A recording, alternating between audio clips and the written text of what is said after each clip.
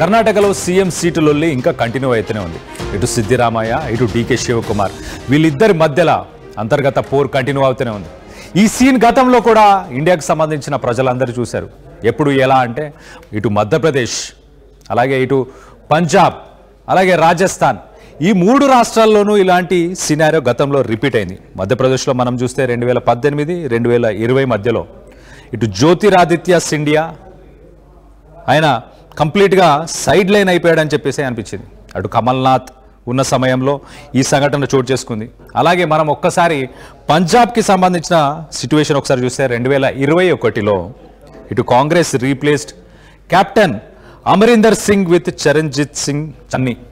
So మొత్తానికి ఇటు సిద్ధు, అలాగే సిద్ధుకు సంబంధించి కావచ్చు, పంజాబ్ సిట్యువేషన్ కూడా ఇలానే ఉండే 2021లో. దాంతోపాటు ఒకసారి కర్ణాటక సీన్ రిపీట్ అవ్వబోతుందా? మళ్ళీ కర్ణాటకకు సంబంధించిన సీన్ అలానే రిపీట్ అవ్వబోతుందా?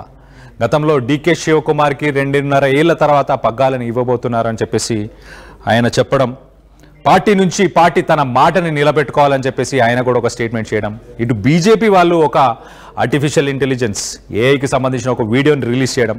సో మొత్తం మీద ఇంకా సీఎం సీటు దక్కకపోవడంతో అధిష్టానంపై డీకే అసంతృప్తితో ఉన్నట్టు కూడా తెలుస్తుంది. అలాగే డీకే శివకుమార్ బీజేపీలో చేరుతారంటూ సోషల్ మీడియాలో ప్రచారం జరుగుతుంది.